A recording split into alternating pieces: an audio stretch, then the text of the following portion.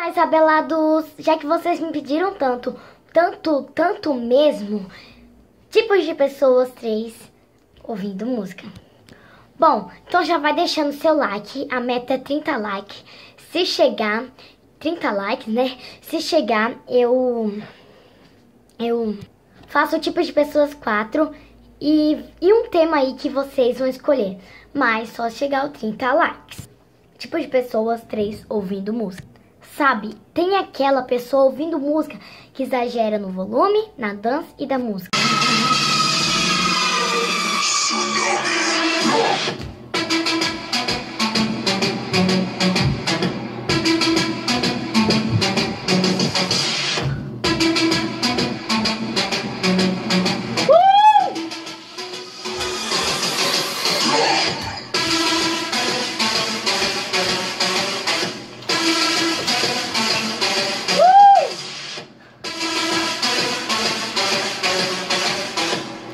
E também tem aquela pessoa que escolhe uma música calma e fica calma. Keep my hands to myself. No matter how hard I'm trying to, I want you all to myself. You're metaphorical gin and juice. So come on, give me a taste of what it's like to be next to you. Won't let one drop go to waste. You're metaphorical gin and juice. E também tem aquela pessoa que escolhe música pra dançar. Dançar mesmo.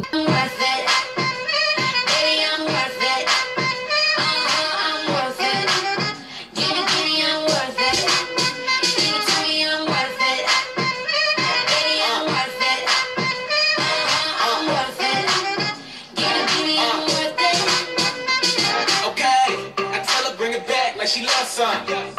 Bring it back like she loves some. In the club with the lights on, don't you act the shy for?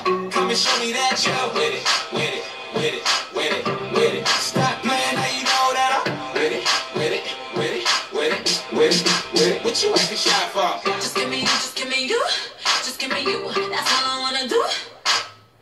You see me in the spotlight, ooh, right over your town. Show me what you got, 'cause I don't wanna waste my time.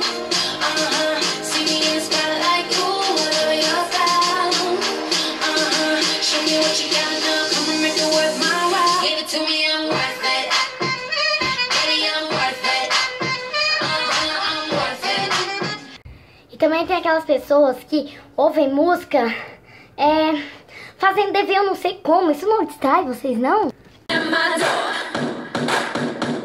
Wanna know what it is, make the boys want more.